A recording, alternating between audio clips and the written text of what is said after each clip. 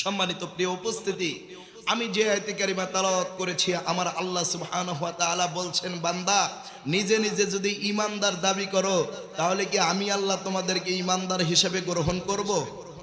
বলেন, আমি যদি বলি আমি পরহেজগার, আমি মুত্তাকি, আমি সাদিকিন, আমি সত্যবাদী, আমি খালিসিয়াত, আমার মতো ভালো মানুষ কেউ নাই, সমাজের মানুষ যদি কয় আশরাফুল ইসলাম আশিকি তুই খারাপ, তাহলে কি কাজ চলবে? আমার আল্লাহ বলছেন, বান্দা আমি আল্লাহ যতক্ষণ পর্যন্ত তোমাদের পরীক্ষা নেব না, আর পরীক্ষায় পাশ করতে পারবা না, আর যতগুলো সময় তুমি বলো না কেন আমি ঈমানদার, আমি মুত্তাকি, আমি আল্লাহ সুবহানাহু ওয়া তাআলা বলছি, ওয়া মিনান নাসি মাইয়াকুলু আমান্না বিল্লাহ। আমার আল্লাহ সুবহানাহু ওয়া তাআলা বলছেন, জবানে যাই কিছু বলো না কেন, কিন্তু আমি আল্লাহ তোমাকে মিথ্যাবাদী হিসেবে গ্রহণ করলাম। কথা বলেন ঠিক কিনা? এই জীবন কার জন্য? কথা বলেন না কেন, জীবন কার জন্য? আমার মরণ কার জন্য? আমার মরণ একমাত্র আল্লাহর জন্য। কথা বলেন ঠিক কিনা? আজকে আল্লাহর পথে মানুষ যাইতে চায় না, কার্ল মার্কসের পথে যায়, আলেকজান্ডার বোর পথে যায়। ও মুসলমান, খুনিদের পথে আজকে মানুষ নারায়ে তাকবীর জুলুসের স্লোগান দেয়। কথা বলেন ঠিক কিনা? আমার আল্লাহ সুবহানাহু ওয়া তাআলা বলেন, আহাসিবান নাসু আন ইউতরাকু আন ইয়াকুলু আমান্না ওয়া হুম লা ইউফতানুন। জোরে বলুন আল্লাহু আকবার। আমার আল্লাহ সুবহানাহু ওয়া তাআলা বলেন, বান্দা নিজে মুখে মুখে যদি দাবি করো ঈমানদার, আমি আল্লাহ তোমাকে ঈমানদার হিসেবে গ্রহণ করতে পারবো না যতক্ষণ পর্যন্ত তুমি পরীক্ষায় পাশ করবা না। এ মুসলমান, যেই ছাত্রটা যত বেশি পরীক্ষা দেয়, ওই ছাত্র কিন্তু তত বেশি ডিগ্রি অর্জন করে। কথা বলেন ঠিক কিনা? যেই ছাত্রটা যত বেশি লেখাপড়া করে, এ মুসলমান, রাত জেগে জেগে যত বেশি পরিশ্রম করে, ওই ছাত্রটা তত বেশি পরীক্ষা দেয়, পরীক্ষায় ডিগ্রি অর্জন করে। আমার দিনী ভাইয়েরা, আল্লাহর বলে ইমানের বলে বলিয়ান হতে গেলেন, ইমান নামক ধনের উপরে যদি আপনাকে অটল অবিচল থাকতে হয়, এ মুসলমান, পদে পদে ইমানদারদের পরীক্ষা আছে না নাই? জোরে বলেন, আছে না নাই? আমার আল্লাহ সুবহানাহু ওয়া তাআলা বলেন, ইয়া আইয়ুহাল্লাযীনা আমানু হাল আদুল্লুকুম আলা তিজারাতিন তুনজিকুম মিন আযাবিন আলীম। জোরে বলুন আল্লাহু আকবার। আমার দিনী ভাইয়েরা, আমার আল্লাহ সুবহানাহু ওয়া তাআলা বলেন, ওহে ঈমানদাররা, তোমাদেরকে এমন একটা ব্যবসার সংবাদ আমি আল্লাহকে দেব না, যেই ব্যবসাটা করলে তোমরা দুনিয়া আখিরাতে লাভবান হবে। জোরে বলুন সুবহানাল্লাহ। আল্লাহ রাব্বুল আলামিন বলেন, তুমিনুনা বিল্লাহি ওয়া রাসূলিহি ওয়া তুজাহিদুনা ফি সাবিলিল্লাহি বিআমওয়ালিকুম ওয়া আনফুসিকুম যালিকুম খায়রুল লাকুম লাআল্লাকুম তুরহামুন।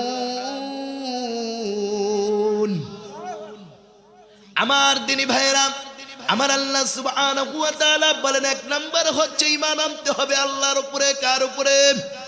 আল্লাহ বাদ দিয়ে অন্য কোনো ব্যক্তির উপরে ঈমান আনলে ঈমান থাকবে, অন্য কোনো বিষয়ের উপরে ঈমান আনলে ঈমান থাকবে না।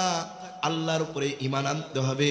তুমিনুনা বিল্লাহি ওয়া রাসূলিহি, দুই নাম্বার রাসূলের উপরে ঈমান আনতে হবে, রাসূলের আদর্শ গ্রহণ করতে হবে। রাসূল 63টা বছর জিন্দেগিতে যা করে গিয়েছিল, এ মুসলমান, মডেল হিসাবে রাসূলকে গ্রহণ করে আপনাকে আমাকে কাজ করতে হবে।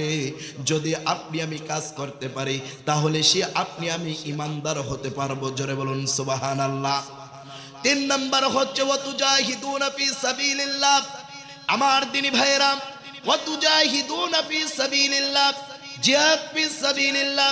জিহাদের কথা কোরআনুল কারীমের ভিতরে এসেছেন। আল্লাহ পাক কোরআনে যতগুলো আদেশ নিষেধ করেছেন, সবগুলো বিষয় আমার আল্লাহ সুবহানাহু ওয়া তাআলার ফরজ। কথা বলেন ঠিক কিনা? যা আদেশ করেছেন সেটা মানাও ফরজ, যা নিষেধ করেছেন সেটাও মানা ফরজ। কথা বলেন ঠিক কিনা? আমার দিনী ভাইয়েরা, আজকে যখন ওলামায়ে কেরাম জিহাদের আলোচনা করতে চায়, এ মুসলমান, জিহাদের ইসলামের জন্য লড়াইয়ের কথা যখন বলতে যায়, এক শ্রেণীর মানুষ বলে জিহাদ হচ্ছে একটা সন্ত্রাস। কথা বলেন ঠিক কিনা? জিহাদ হচ্ছে একটা তারাস। আমার দিনী ভাইরা, জিহাদকে যারা সন্ত্রাসের সাথে উল্লেখ করবে, সন্ত্রাসের সাথে টালি দিবে, বুঝতে হবে সে মুমিন থেকে খারিজ হয়ে কাফেরের পথে চলে গিয়েছে। কথা বলেন ঠিক কিনা? এজন্য আল্লাহর জন্য, আল্লাহর কোরআনের জন্য লড়াই করতে হবে কি হবে না? লড়াইয়ের জন্য প্রস্তুতি আছেন না নাই? কারণটা হলো এই তো দুই দিন পূর্বে ইন্ডিয়ার একটা চ্যানেল, আমার দিনী ভাইরা, আর বাংলা, এই চ্যানেলটাতে প্রচার করেছে তার ওই দাসকে ছেড়ে না দেওয়া পর্যন্ত, স্থলের নেতাকে ছেড়ে না দিলে তারা কি করবে? বাংলাদেশের ডেপুটি হাই কমিশনার কলকাতায় যে আছে তার অফিস ঘেরাও করবে। আমার দিনী ভাইয়েরা, তার অফিস ঘেরাও করার পরে প্রয়োজনে তারা বাংলাদেশের চতুর্দিকে বর্ডারে বর্ডারে সনাতন ধর্মীয় লোকদেরকে দিয়ে তারা বাংলাদেশে আলু আসতে দিবে না, বাংলাদেশে পেঁয়াজ আসতে দিবে না, কোনো বিজনেস বাংলাদেশের সাথে করবে না। আমরাও বলতে চাই, তোমরা আলু আর পেঁয়াজ দিয়ে বাংলাদেশে বিজনেস করো, আমরা বাংলাদেশিরা তোমাদের সাথে বিজনেস করি ইলিশ মাছ দিয়া। কথা বলেন ঠিক কিনা? আমরা তোমাদের সাথে বিজনেস করি ইলিশ মাছ দিয়া, তোমরা আমাদের সাথে বিজনেস না করলে কি হবে? আমার আল্লাহ সুবহানাহু ওয়া তাআলা বলেন, বান্দা আমি আল্লাহর উপরে ভরসা করো, ইন্ডিয়ার উপরে ভরসা করিও না, আমেরিকার উপরে ভরসা করিও না। ও মুসলমান, আমি আল্লাহর উপরে ভরসা করো, অল্পের ভিতরে আমি আল্লাহ বরকত দিয়ে অনেক কিছু করে দিব। জোরে বলুন সুবহানাল্লাহ, আর একটু আওয়াজ দিয়ে বলুন আল্লাহু আকবার। সম্মানিত প্রিয় উপস্থিতি, সম্ভবত আমি আমার আলোচনা শেষ করতে চাই, কিন্তু যে কথাটুকু আপনাদের কাছে বলতে চাই সেটি হচ্ছে, জিহাদ ফি সাবিলিল্লাহ, জিহাদকে যারা স্বীকার করে না, জিহাদ থেকে যারা দূরে সরে থাকতে চায়, জিহাদকে যারা আলোচনা করতে চায় না, বুঝতে হবে তার ইমানের ভিতরে ঘুণ ধরেছে। কথা বলেন ঠিক কিনা? তার ইমানের ভিতরে ঘুণ ধরেছে। এই ঘুম থেকে বেঁচে আসতে হবে। যদি আসতে পারি তাহলে বুঝতে হবে, আহাসিবান নাসু আইয়াকুলু আমান্না ওয়া হুম লা ইফতানুন। যখন জবান দিয়ে বলবো আমি একজন ইমানদার, আল্লাহ পাক আমাকে ইমানদার হিসাবে কুরআনুল কারীমের যে আয়াতে কারিমার দিক নির্দেশনা দিয়েছে, ওই দিক নির্দেশনা অনুযায়ী আমি একজন ইমানদার। আল্লাহ বলবে, ঠিকই তুই ইমানদার, তোর কোনো চিন্তাও নাই, তোর কোনো ভাবনাও নাই। এ বান্দা, আমার নবীর দলে দলভুক্ত করে তোকে হাসর এবং কিয়ামত পর্যন্ত আমি আল্লাহ তোরে মাফ করে দিলাম। আরেকটু আওয়াজ দিয়ে বলুন আল্লাহু আকবার। আমার দিনী ভাইয়েরা, আল্লাহর পথে ঈমান আনতে গিয়া, ঈমানের পথে অবিচল অটল থাকতে গিয়া প্রয়োজনে ঈমানের পরীক্ষা দিতে হবে কি হবে না? ঈমানের পরীক্ষা দিতে গেলে আপনাকে আমাকে লাঞ্ছনা বঞ্চনা নিতে হতে পারে। ঈমানের পরীক্ষা দিতে গেলে মুসলমান আপনাকে আমাকে দেশ থেকে তাড়িয়ে দেওয়ার ষড়যন্ত্র করতে পারে। কথা বলেন ঠিক কিনা? যারা ঈমানের কথা বলে, কোরআন চুষে চুষে কুরআনুল কারীমের দিক নির্দেশনাগুলো জাতির সামনে উপস্থাপন করে, এ বণিকপাড়া এলাকার তাওহীদি জনতা, যুবক ভাইয়েরা, তোমরা শোনো। যারা যে যেখান থেকে আজকের এই কথাগুলো শুনছ, আমি আশরাফুল ইসলাম আশিকির কথাগুলো তোমরা শ্রবণ করছো, মনে রাখিও, যারা কুরআনুল কারীমের হক কথাগুলো জাতির সামনে উপস্থাপন করতে যায়, এই গত 16টা বছরে আমরা দেখেছি তাদেরকে ধরে ধরে জেলখানায় বন্দী করেছিল। কথা বলেন ঠিক কিনা? শুধুমাত্র তাই নয়, যারা কুরআনুল কারীমের তাফসীর করে, ব্যাখ্যা করে, এই ব্যাখ্যা করার কারণে ছোট ছোট নাক চিপলে দুধ বাড়ায়, এ বলে ছাত্রলীগ, এ বলে অমুক ফুটা লীগ, এ বলে অমুক লীগ। এই লীগগুলো করার কারণে কয় কি, আমার চেনো হুজুর, তুমি জিহাদের ওয়াজ করো না? আছে না নাই? কথা বলেন, আছে না নাই? আমার দিনী ভাইয়েরা, আমাদের কলিজার স্পন্দন আল্লামা দেলোয়ার হোসেন সাইদি রাহিমাহুল্লাহ, যাকে অনুসরণ করে বাংলাদেশের 70-90% বক্তা যাকে অনুসরণ করে আজকে মাঠে ময়দানে কথা বলে, আমরা দেখেছি তোমরা আল্লামা দেলোয়ার হোসেন সাইদিকে জেল থেকে তোমরা 16 পয়জনের ফোঁস করে মেডিকেলে নিয়ে তোমরা মেরে ফেলছো। কথা বলেন ঠিক কিনা? তোমরা মেরে ফেলেছো। তোমরা যুবকদের আইডল আমির হামজাকে এমন সলো প্রয়োজন দিয়েছ, আমির হামজা হুজুরের কথায় বর্তমান অনেক অনেক মেথায় মনে হচ্ছে লোড, অনেক কথা আউলবাল হয়ে যায়। কেন যায়? তাকে 3টা বছর তোমরা কষ্টের উপরে ব্রেন্টের উপরে হ্যাবারিং করেছো, কথা বলেন ঠিক কিনা? তাদের একটাই উদ্দেশ্য, আমির হামজা যদি দেশ থেকে তাকে যদি বিদায় দিতে পারি তাহলে আমাদের ব্যবসা জাকজমট হয়ে যাবে। আছে না নাই? আমার দিনী ভাইয়েরা, আল্লাহর নবী নবী মুহাম্মদুর রাসূলুল্লাহ সাল্লাল্লাহু আলাইহি ওয়াসাল্লাম, আল্লাহর নবীর সাথে আমার দিনী ভাইয়েরা আবু জেহেলের যুদ্ধ শুরু হবে। আবু জেহেল 1 দিন 2 দিন 3 দিন নয়, এভাবে 1টা 2টা ষড়যন্ত্র নয়, 40 বার আমার নবীকে মারার ষড়যন্ত্র করেছিল। জোরে বলুন আল্লাহু আকবার। আমার নবী নবী মুহাম্মদুর রাসূলুল্লাহ 40 নম্বর ষড়যন্ত্র হচ্ছে আল্লাহর নবীকে, এ আমার দিনী ভাইরা, একজন মহাবীর দিয়ে আমার নবীকে কতল করে ফেলবে। মক্কার সবচাইতে বড় মহাবীর, যার নাম হচ্ছে রোকানা। কি নাম? একটু আওয়াজ দিয়া বলুন, কি নাম? এই রোকানাকে ভাড়া করলেন। রোকানা আমার নবীকে ধরবে। আমার দিনী ভাইরা, আল্লাহর নবী নবী মুহাম্মদুর রাসূলুল্লাহর চাচা হযরতে ও মুসলমান আবু তালেবের কাছে আল্লাহর নবী নবী মুহাম্মদুর রাসূলুল্লাহর চিঠিটা চলে গেল। আবু তালেব সেই আবু সুফিয়ানের কাছে চলে গেল।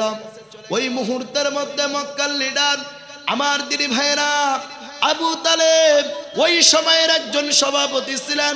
আমার দিনী ভাইরা, তার কাছে যখন চিঠি চলে গেল, চিঠি যাওয়ার পরে বলতেছেন, ও আবু তালেব, তোমার ভাতিজার সাথে আগামীকাল যুদ্ধ হবে। তোমার ভাতিজা যদি পারে তাহলে কিছুই হবে না, যদি তোমার ভাতিজা যদি না পারে তাহলে দেশ থেকে তাড়িয়ে দেব, প্রয়োজনে বন্দি রাখা হবে। আমার দিনী ভাইরা, হযরতে আলী রাদিয়াল্লাহু তাআলা আনহু তখন ছোট্ট বালক। আলী রাদিয়াল্লাহু তাআলা আনহুকে আবু তালেব ডাক দিয়ে বলছেন, ও আলী, কাফেররা কিসের চিঠি দিল আজকে, একটু চিঠিটা তুমি একটু পড়ো না। হযরতে আলী দেখার পরে আলী বলতেছেন, ও আব্বাজান, আল্লাহর নবী নবী মুহাম্মদুর রাসূলুল্লাহর বিপক্ষে তারা ষড়যন্ত্র করলো। আগামী কালকে আমার নবীর সাথে নাকি রোকানার যুদ্ধ হবে। আমার দিনী ভাইরা, চিঠির ভিতরে কি আছে? বলে, যদি না আল্লাহর নবী যদি না পারেন, মুহাম্মদ বিন আব্দুল্লাহ যদি না পারেন, মুহাম্মদ বিন আব্দুল্লাহকে কঠিন থেকে কঠিনতম শাস্তি দেওয়া হবে। আর যদি পারে, হযরতে আলী রাদিয়াল্লাহু তাআলা আনহুকে ডাক দিয়ে বলছেন, যদি পারে তাহলে কি লেখা আছে? বলে, যদি পারে সে ব্যাপারে কিছুই লেখা নাই। হযরতে আবু তালেব আমার দিনী ভাইয়েরা আম্মাজান খাদিজার বাড়িতে হুজরাতে চলে গেলেন।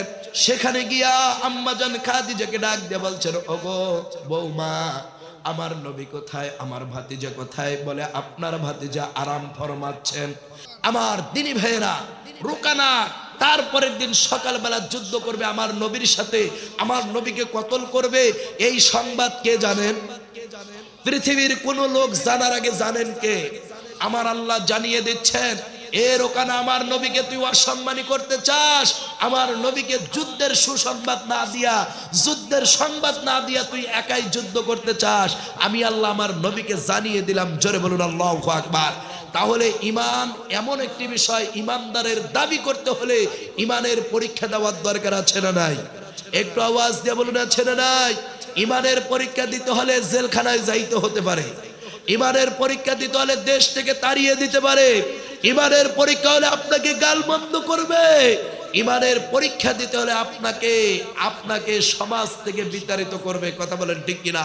আমার দিনী ভাইয়েরা, আল্লাহ সুবহানাহু ওয়া তাআলা আমাদের সকলকে ঈমানের বলে বলিয়ান হওয়ার মতো তৌফিক দান করুক। ওয়া আখির দাওয়ানা আনিল হামদুলিল্লাহি রাব্বিল আলামিন। আসসালামু আলাইকুম ওয়া রাহমাতুল্লাহি ওয়া বারাকাতুহু।